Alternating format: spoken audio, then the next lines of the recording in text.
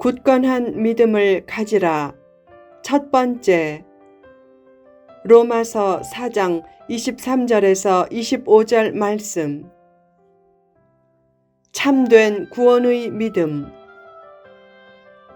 어느 날 험상궂은 남자만 보면 벌벌 떨던 겁 많은 처녀가 태권도 구단인 남자와 결혼했다. 그 후 그녀는 남편을 믿고 어떤 남자도 겁내지 않았다. 하나님은 태권도 9억 단도 더 되시는 전능하신 하나님이다. 하나님의 품 안에 있으면 겁낼 것이 없다. 왜 아브라함이 믿음의 조상이 될 수 있었는가? 하나님을 믿고 순종하며 담대히 살았기 때문이다. 믿을 때는 참된 믿음의 실체를 알고 믿어야 한다. 믿음에는 역사적인 믿음, 감정적인 믿음, 이적적인 믿음 등이 있다. 역사적인 믿음은 역사적인 사실을 통해 가진 믿음으로서 온전한 구원의 믿음이 아니다. 감정적인 믿음은 감정적인 자극에 따라 진리를 일시적으로 받아들이는 믿음으로서 역시 온전한 구원의 믿음이 아니다. 이적적인 믿음이란 이적이나 신비 체험을 통해 진리를 받아들이는 믿음으로서 그것도 참된 구원의 믿음이 아니다. 누가복음 17장에서 예수님이 10명의 나병 환자들을 치료했을 때 그들은 이적을 직접 체험했지만 그 중에 한 명만 구원의 믿음을 가졌다. 그때 예수님이 말씀했다.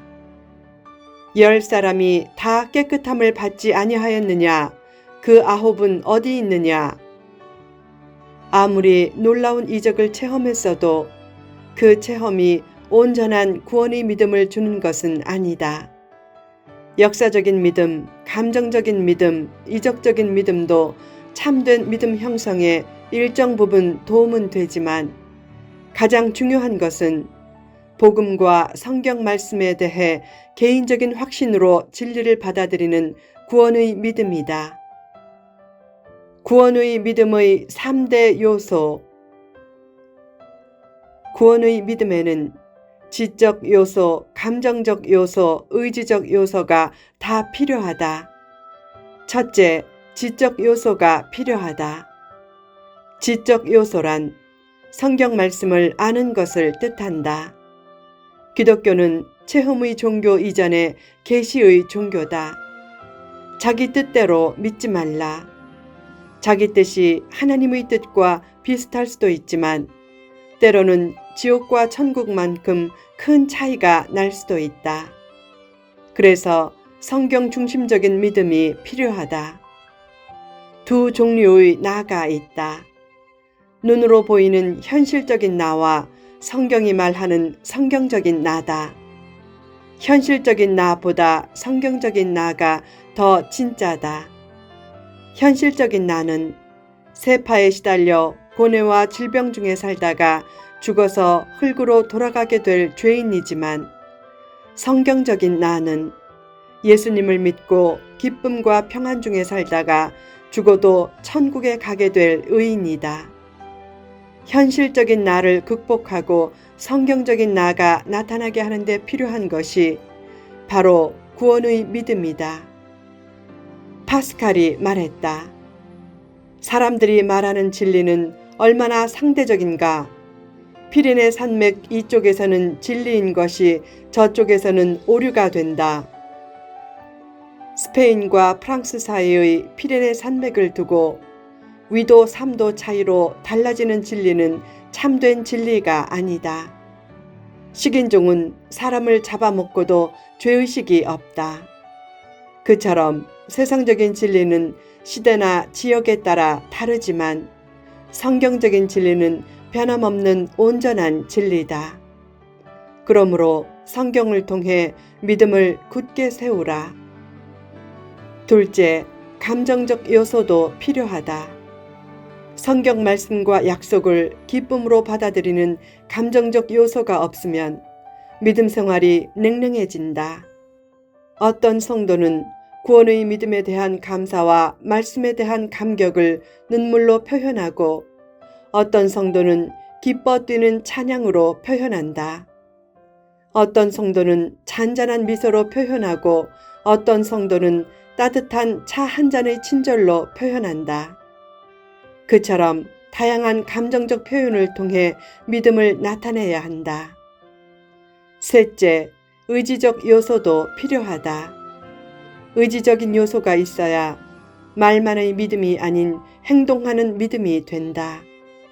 행함이 없이 말로만 믿습니다, 믿습니다 라고 하면 능력이 나타나지 않는다. 엄마가 보채는 아이에게 오늘 저녁에 짜장면 사줄게 라고 할 때 야, 신난다 라고 믿음으로 반응하지 않고 엄마를 믿어요, 정말로 믿어요 라고 하면 오히려 엄마를 믿지 못하는 것이다. 말만의 믿음보다 행동하는 믿음이 중요하다.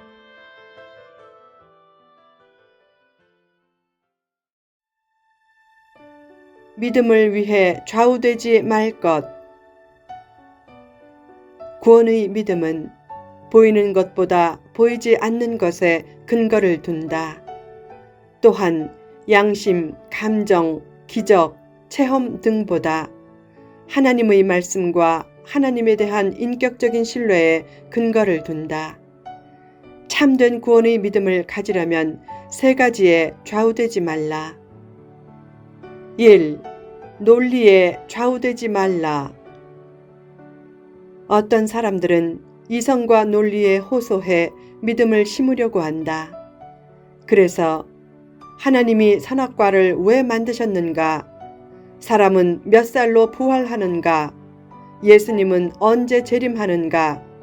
천국은 어디에 있고 어떤 모습인가?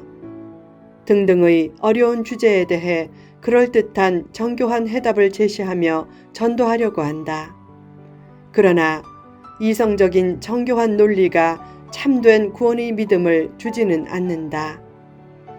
파스칼은 신의 존재에 대한 도박이란 주제로 이런 논리를 폈다.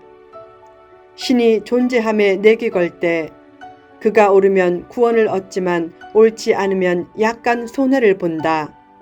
반대로 신이 존재하지 않음에 내기 걸 때 그가 옳으면 손해는 없고 큰 유익도 없지만 옳지 않으면 구원을 잃는다.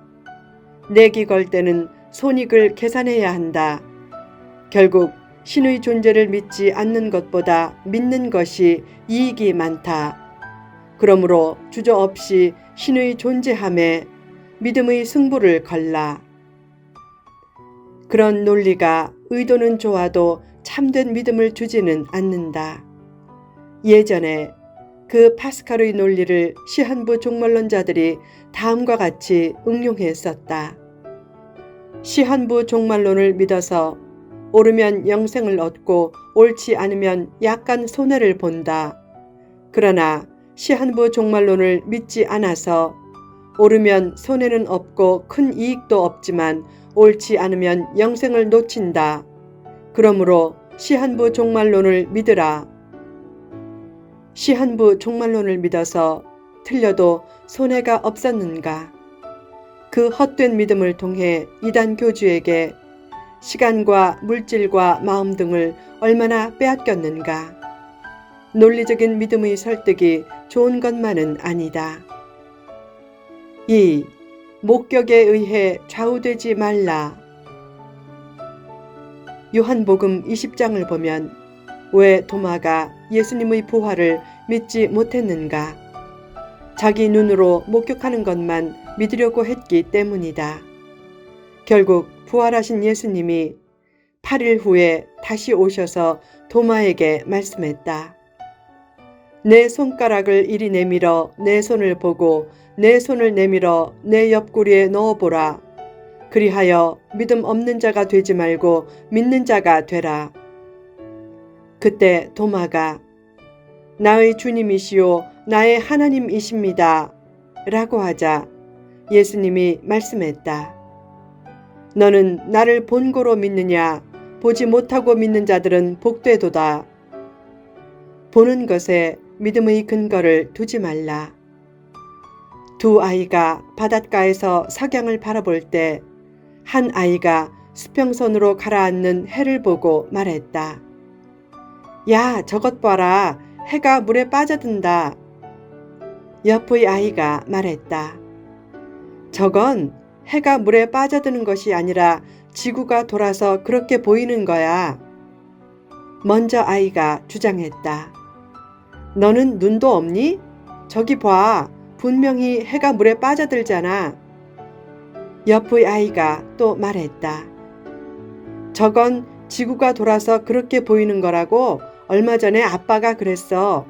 나는 아빠 말을 믿어. 눈에 보이는 것만이 진리가 아니다. 눈에는 진리가 아닌 것처럼 보여도 하나님께서 진리라고 말씀하시면 그 말씀을 믿으라. 자신이 약하게 보여도 하나님께서 강하다고 하시면 강한 것이다. 예수님이 말씀했다. 세상에서는 너희가 환난을 당하나 담대하라. 내가 세상을 이기었노라. 예수님이 세상을 이기셨다면 예수님 안에 있는 성도도 세상을 이긴 강한 존재다. 자신이 약하게 보여도 실제로는 강한 자라는 하나님의 말씀을 믿으라. 후편에 계속됩니다.